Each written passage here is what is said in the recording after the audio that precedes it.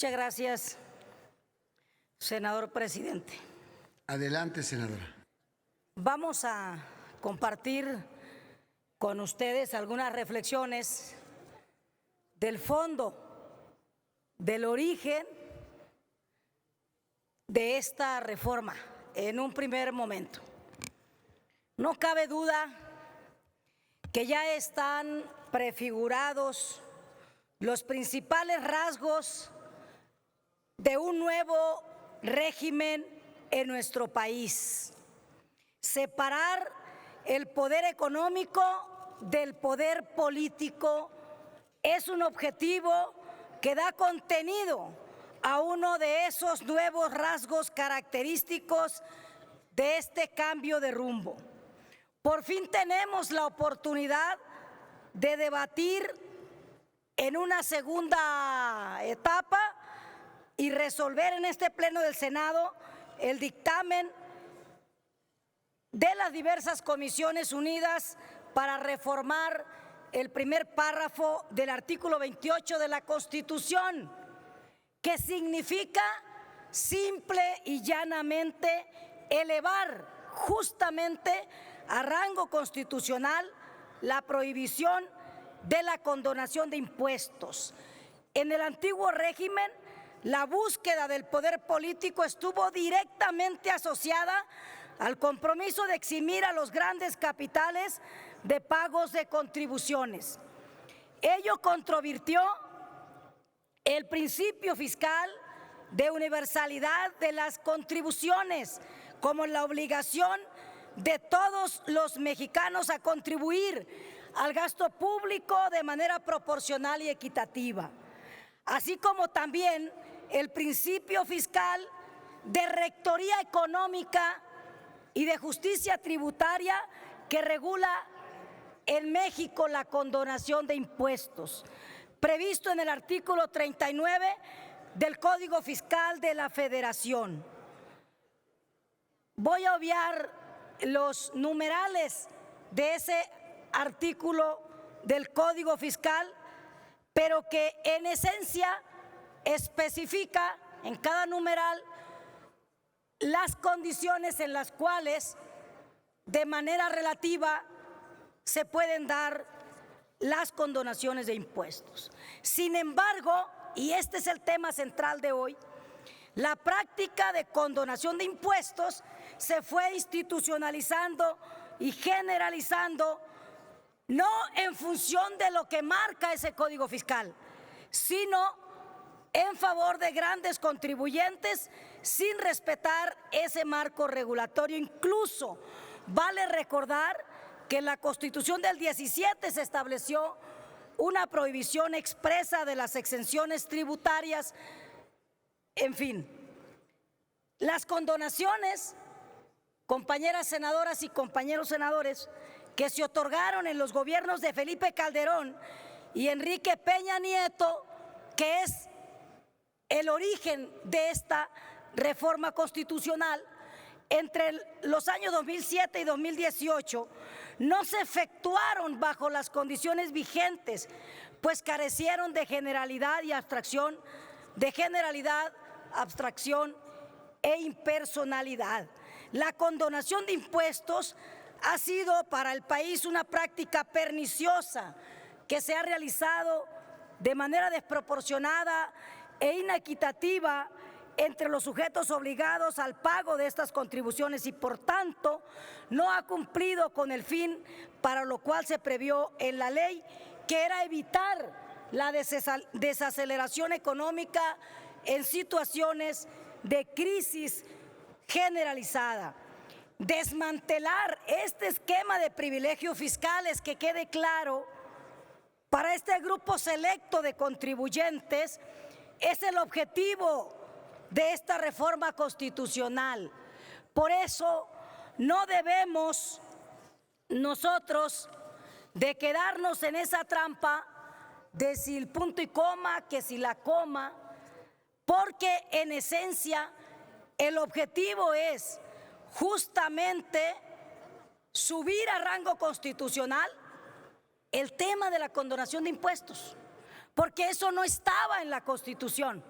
y solamente estaba en las leyes secundarias, en este caso en el Código Fiscal de la Federación. Voy también a obviar, porque ha sido un debate público desde hace años, el conjunto, y aquí ya lo comentó el senador del Movimiento Ciudadano que pasó aquí, el costo que tuvo para el erario público el haberle condonado impuestos a esta casta fiscal, que evidentemente hoy está en problemas porque ya las cosas cambiaron en este país. Finalmente, en otras palabras, el monto condonado en los últimos 11 años equivale a 12 veces lo asignado para actividades científicas, tecnológicas y de innovación en el presupuesto de egresos de la Federación para este ejercicio fiscal. Esta comparación nos permite darnos una idea del nivel del daño al patrimonio del Estado, de la cantidad de dinero que se evitó entrar a las arcas públicas. En el grupo parlamentario de Morena estamos muy contentos porque el fin de esa casta fiscal en México ya está muy cerca. Se camina hacia la desaparición de los privilegios de todo tipo para igualar las condiciones económicas, sociales y políticas de todos los mexicanos. La justicia tributaria es uno de los principales objetivos de este nuevo régimen de progreso y bienestar para todas y todos.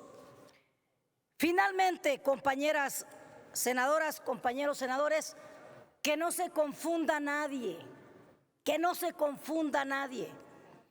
Esta minuta que viene de regreso de la Cámara de Diputados busca rescatar el origen, el espíritu original, valga la redundancia, de la propuesta de la iniciativa para esta reforma. Y sabemos perfectamente bien, es una clase básica de contabilidad, de administración pública, decir que una cosa son las exenciones que ya estaban en la Constitución, en este artículo 28, y otra cosa muy distinta es hablar de condonación de impuestos, es básico, y esa es la parte que no estaba en el artículo 28 constitucional. Evidentemente lo que encontrábamos ahí era lo que dice: en los Estados Unidos mexicanos quedan prohibidos los monopolios, las prácticas monopólicas, los estancos y las exenciones de impuestos, pero no estaban las condonaciones de impuestos. Evidentemente que todo ello es en el marco de lo que digan las leyes secundarias. Entonces me parece que hay que apoyar este espíritu, la recuperación del espíritu original de la iniciativa presentada, incluyendo en estas prohibiciones la condonación de impuestos. Y no hay evidentemente ninguna de estas figuras que sea una prohibición absoluta, sino que es en relativa a las leyes, a lo que señalen las leyes secundarias. Entonces yo digo, compañeras senadoras, compañeros senadores, que a los senadores y senadoras integrantes de los grupos parlamentarios que se oponen a ello, nosotros como mayoría debemos de darles la certeza de que sí se modifican las leyes secundarias donde no se requiere mayoría calificada, como es el caso de esta constitucional, pues ellos tengan la certeza de que vamos a trabajar con consensos, con un parlamento abierto, como ya lo hemos hecho en el caso de la ley de la Guardia Nacional, por ejemplo. Que ellos tengan esa certeza de que si se van a modificar esas leyes, lo vamos a hacer con consensos, con parlamento abierto, con un trabajo como la experiencia que ya hemos tenido en el Senado.